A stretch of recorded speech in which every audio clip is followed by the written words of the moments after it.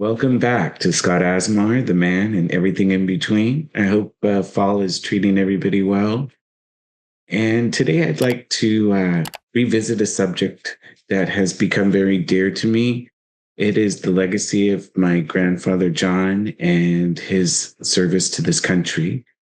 Now that we are approaching November and Veterans Day, I myself, growing up, never fully understood what Veterans Day was, especially in school. It was just a day that we had off. Uh, Never really fully connecting that it had a real impact on my life with my grandfather, and never really putting those two together until later on in life. And, there's, as older you get, the more knowledge you obtain, just worldly knowledge. And if I could make that connection back when I was younger, I would have asked my grandfather more questions about what he did for our country in terms of fighting for freedom and fighting for our rights and fighting for this great country. And so today I have my uncle back with me, and I've made a commitment to myself that at least once or twice a year, we're going to do a reoccurring topic honoring my grandfather and honoring his legacy in fighting for this country, because sometimes I feel as though as the years pass, so does the memory of World War II, which was a turning point in world history. And we cannot forget the troops that have fought for us, for our freedom of speech, for where we're at today. And so I've made a commitment to myself that once or twice a year, especially around this time of year, is to honor my grandfather. So I'd like to welcome today my Uncle Eric, who is the youngest of the 7 children of my grandmother and grandfather. Hi, everyone. Hope everyone's good. And I'd like to start off today with just asking my uncle a couple of questions about prior to when my grandpa was deployed. So the day he left. And I want to also know, which I never asked, and I was at the house a lot, but I was a young kid, right? Yeah. And by the time I got older, I didn't ask these questions. But, where did grandma and grandpa meet? I know grandpa was born in Phoenix.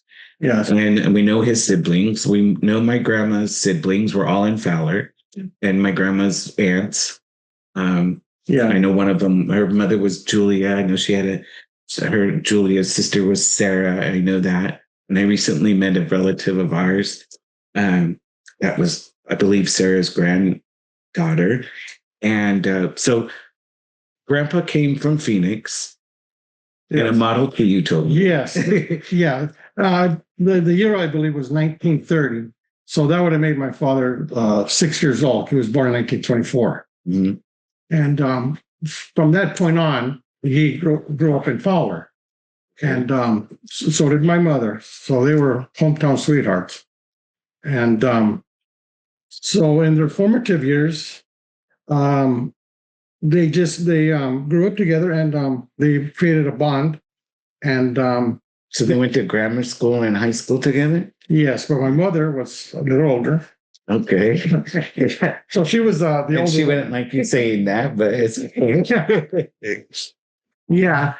And so when the time came for my dad to leave, he was only like 18 years old, and so what they wanted to say goodbye to each other, a private saying goodbye, because my dad was going to leave on the train the next day, and he would say his goodbye to his immediate family, his brothers, his sisters, his dad, because his mother had passed away. So they went on a picnic the day before he was going to leave for overseas. And they went to, at that time, Millerton Lake was barely being filled up, because it was a brand new dam at that time. So they had their picnic over there. And what they talked about was when they were going to get married, because they were betrothed to each other. Oh, okay. Yes. And but my father, he didn't want to get married before he left because he didn't know what condition he would be in. He didn't want to. He thought maybe he might come back triple and didn't want to saddle his beloved with a indolent person, or maybe worse, maybe not come home at all. So they both agreed that they would wait on his return, get married. I see. Yes. And so what year was this that he left? He left in 40. 43. He left in 43. So he was gone for 2 years, right? Was he gone for 2 years? Well, he came back in July 45. Right. And they were married August 5th of 45. If I remember correctly. Right. No, I think it was 46. 1946. Oh, they were married in 46. I believe it was 46. Okay. Yeah. And so he came home and they lived happily ever after. After that. Oh, wow. Okay. And so then did they correspond? I'm sure they corresponded. Yeah, but those were love letters, and I don't tend to want to share those. No, absolutely. But I wanted to know, did they corresponded? And not a lot, but they did correspond. And the theme of most of the letters were that you reminded each other that they were safe for each other. Okay. Marriage. Wow, that's amazing. That's beautiful. So then I know we talked about my grandpa's Holland experience in Holland. Can you tell me a little bit more, or another, well, they parachuted into Holland September 14th. And they fought some of the bloodiest battles there. In fact, some of the veterans were comparing it to Anzio, which was another hot spot. That was the year before. And they had over a month and a half of intense fighting, several weeks. And then early in November, they were relieved of duty and sent to Reims, France for rest and refitting. So they went there. And so I'm going to ask you, so they took some time off. They would allow the troops to have like a couple of days off to go get refitted. Their mission was over in Holland. Okay, right. Yeah, and of course, after a campaign, the troops need rest. They need refitting. They need replacements to come in. Okay, and you get their strength back. So they were transported from Holland to Reims, France. I see. Yeah. Okay. And at Reims, there was plenty time to rest, and there was passes to Paris that were freely given out. They were plentiful. It was not an issue for them to get a 3-day pass. Okay. And to travel to Paris. And my father once told me if you only could visit one capital, he recommended Paris. Oh wow!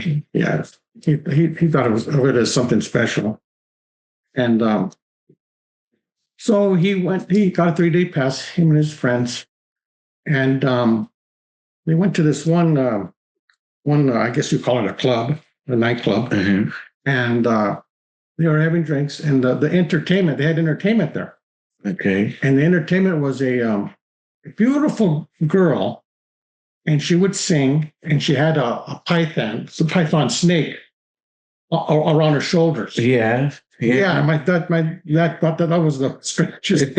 And my dad's seen a lot of strange things, Right. And but it was kind of like a metaphor for she represented the youth of the world, which were embroiled with World War II, which would be the snake. Yes. So. He told me that. I always kept that in my mind, and it's pretty accurate, Yes. The World War II being the hideous snake, and then the beautiful girl being the youth of the world, wrapped around that tragedy of World War II. So time went by, maybe the next day, and they were having drinks at a cafe. And my dad was kind of tired of his buddy's company, Okay. Yeah. And so he wanted to go off on his own. And my father was like that. I have that trait myself. And I do too. You want to be by yourself. I need to retreat sometimes. Yeah, you're with the greatest people, but you need a break from it. So he kind of, for lack of a better word, wanted to ditch him. Right. But they seen him walking away, and they called him back. Johnny, where you going? Where you going? And he acted like he didn't hear him. And my dad would kind of take care of them all the time because they would overdrink. Right. My dad, he drank too, but he never got sloppy drunk like they did. And he was always the one taking care kind of taking care of them, getting them back to the camp. Yeah, and keeping them out of trouble. And so my dad thought some of those guys are alive because of me, and now I got to babysit them too. And, he had enough. He was so he just acted like he didn't hear them. Right. And so he walked towards the Eiffel Tower. He could see it from a distance. And he passed by the World Travel Agency. Okay. And he remembered that's where his dad had came through France, through there. Through there, yes. Yeah. And so he kept walking, and he decided to sit down at a bench. And it was near or underneath the Eiffel Tower. And because Eiffel Tower was closed during the war, but he was near it. And he was just relaxing there. And this is already nighttime. Mm-hmm. And then out of the just seemingly from nowhere, a woman came over to him. And he said she was dressed like his mother would dress. Okay. With a kind of like a Middle Eastern type, right? Right, the Middle Eastern way. Yeah, and she came over and sat by him and held his hand and kissed him on his forehead. And he didn't know what to think. And then before he knew it, she walked away. And then he realized later that was his mother. That was his mother. And from what he got from the being caressed and kissed was that he was going to come home from the war. Oh, that was his sign. Yeah, that's how he took it. That's how he took it. And that's how he felt. So when did his mom pass? Before he left? Before he was 14 years old. He was 14. That's a fact I didn't know. Yeah. He was 14. Yeah. And he towards the end, he was trying to take care of her. Mm-hmm. She had cancer. Mm-hmm.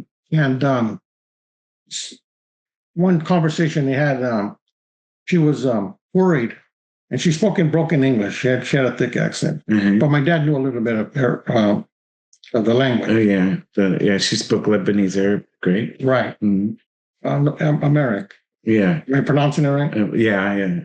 Okay. So they communicated, and she was worried about them and the two younger brothers, and which their names were Raymond and Arliano. And he assured his mother that he would take care of. Mm-hmm. And he proclaimed that he was his brother's keepers. And with those words, she felt at ease.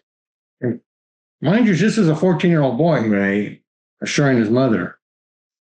And so, anyways, he had that vision of her in France. Mm-hmm. Mm-hmm. And so how did his brothers do you know how the brothers reacted to him?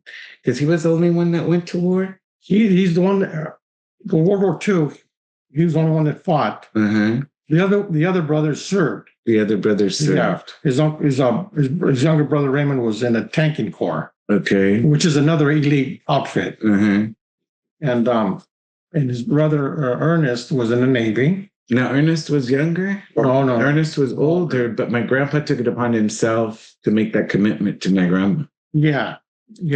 Well, my father was the apple of his parents' eyes. Mm-hmm. And this kind of shows why. He just took responsibility upon himself. Mm-hmm. Nobody had to ask him. I see. Yeah. That's just the way he was. And so there was no question when the war broke out that he was going. He knew he was going to go serve his country. Yes, he knew. What commitment and patriotism. Yes. And it was the whole family was like that. Mm-hmm. My dad's dad, he volunteered to fight in World War I. They said he was too old. Oh, really? Yeah. And then during the Korean War, his younger brother Arnold Orleano fought in Korea. Now, what happened to Arleano? What do you mean? Well, I mean, what that was his name?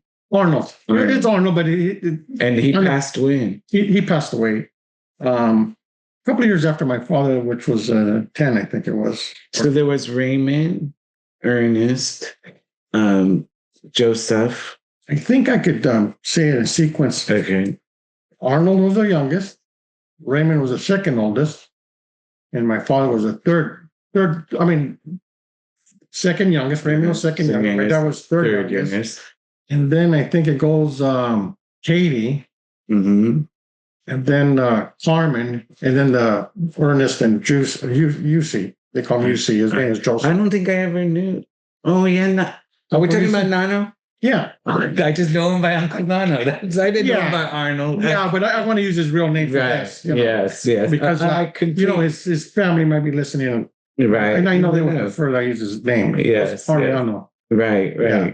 Okay. But, I didn't think I ever knew his name. Yeah. His real name. Well, we used to call him Uncle Nano. He was a nice man. Uncle Nano. So then Grandpa was in Paris and this vision or this lady came and that solidified. He kind of took it as he was going to come home. He was going to come. So where did he go after Paris? Well, he finished their 3-day pass. Then he went back to Rheims where they were bivouacked. And then what's bivouac? Resting. That was the rest area. Okay. And so they stood there until December 16th. That's when the Battle of the Bulge started. I see. Yeah. Okay. And when they found out that they were going to have to, what the situation was, because you could see the explosives from the distance, from the camp where they were. Oh, you could see it. Yeah, you couldn't hear them because they're too far. But you could see something was going on over there. So the reports started coming in that the Germans had broke through. And boy, were my dad and his fellow soldiers were angry. They were saying they have an entire goddamn army over there in that area, and they couldn't stop an attack. There's a whole army of them there. There's not just like one unit or two units. And they were beside themselves with anger. Yeah. Because then they found out that they were going to have to be rushed over there to rescue everybody else that was there. And at that point, the attitude towards the soldiers, especially the guys that had been around from the beginning, had changed a little bit. You know what I mean? It was coming to the point where it was like, can't these sons of bitches do anything on their own? They always have to get us to rescue them. I see. I see. And so they were called on to go to Belgium, the Ardennes. Okay. And that was just getting there. It was a feat in its own. It was 150 miles in like 24 hours. They drove through ice roads. Yeah, because it was winter. Yeah, it was like the coldest winter on record for I don't know how many years. Oh, and they had to drive in the back of trucks. They're like cattle to the slaughter. You know, just that alone is miserable. You know. And did they get there and have to fight? Yeah, they got there. They did the nick of time because there was an army there that was going to surrender, American army, and they were packing up their stuff and getting ready to leave. And then there came the report that the 82nd Airborne was on the way. Yes. So they countermanded the orders. We're not leaving anywhere. We're going to wait for them to come. So they did, and then they stopped the Germans. Wow. It was the 82nd Airborne defense who first stopped the Germans at the Battle of the Bulge. And people overlook that. They talk about the 101st at the Bastogne, which they did a lot. I'm not saying I'm not saying that they didn't. Right. They were good. They were a top outfit too. They were airborne. But it was the 82nd Airborne who stopped the Germans at the Battle of the Bulge. That's amazing. So tell me now about your book. How last time we visited, you were in the middle of it's been slow going because I write some and then I do research and I have to tweak it. But I'm smoothing that out. But so do we have like an end date maybe? No, not at this time. No. but I appreciate especially explaining that. You know. Well, we want to end date so we can publicize it here. Yeah, when I get close. Yeah, I know. And the books take for, especially a book of this caliber, Yeah. with But I have some chapters that are completed. mhm. Maybe one I could. I would like, Maybe next time we could read a chapter. when we do the follow-up episode on this, I'd sure like to maybe bring the manuscript in and maybe you can read I'll bring a chapter. Or a two. chapter. That's what I'm saying. Maybe a chapter or two. Yeah, and because I have one that is homecoming. I already wrote that one. Yeah. So this is my grandpa probably at like 19. Yeah, yeah. It says John Prieto made the initial Waller River crossing, 82nd Airborne 504 Regimental Combat Team, 20th September 1944. Yeah, that Waller River crossing that bridge was the widest bridge span in Europe at that time. Wow. And they rode on canoes across the river. And I went, but last time I went to Holland. So yeah, you went to Holland, and what was there? To this day, they commemorate. Really? Yeah. There's that 82nd Airborne Street. You know, really? Yeah, they have stuff like that there. And every night they have a guy that walks the bridge. And as he walks, the lights come on. Every night? Every night at sunset.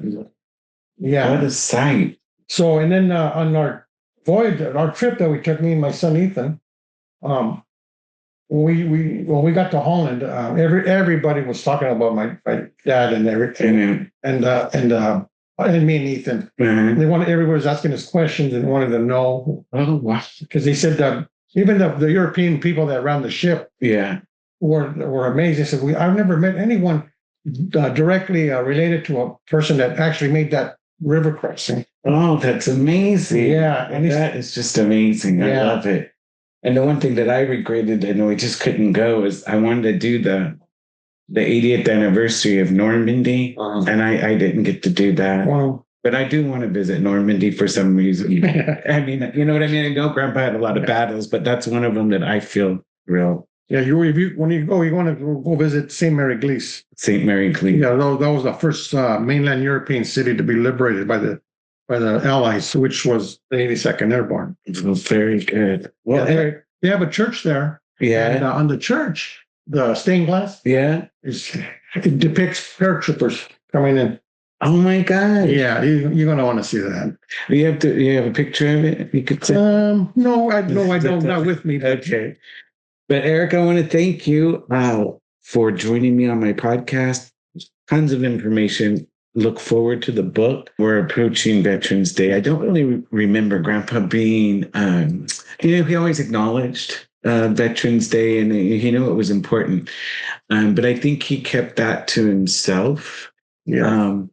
And I know that he loved the flag. Yeah. That was a very proud symbol for him. Oh, because he fought for that. Yeah. My parents, my father and my mom, both of them, they were very patriotic. They loved the country. My dad, although he wasn't one of those raw kind of people, right, he did just have the American flag displayed in his front porch, and he loved that flag. And he would always sit at the porch, and one thing comes to mind when I think about it was when he had passed away at the house, and it was a still night. I mean, there was no breeze, no nothing, and I remember thinking even the flag looked sad, And then so they were removing my father from the house, and as he was in his the stretcher covered, but as they passed by the flag, breeze kicked up. Yeah.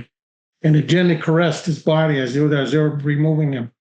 And it was very, very touching, because we all kind of noticed that, That it was so still. And then when Grandpa left the house, it was the breeze just kind of, and the flag moved. Yeah, and it caressed his body as he was being removed. And it was like the flag was thanking him one last time for protecting the flag in the country. And it was like like a job well done. Mm-hmm. And yeah, that was a very touching moment. And I'd like to thank all my listeners again. And until we meet again, see you soon.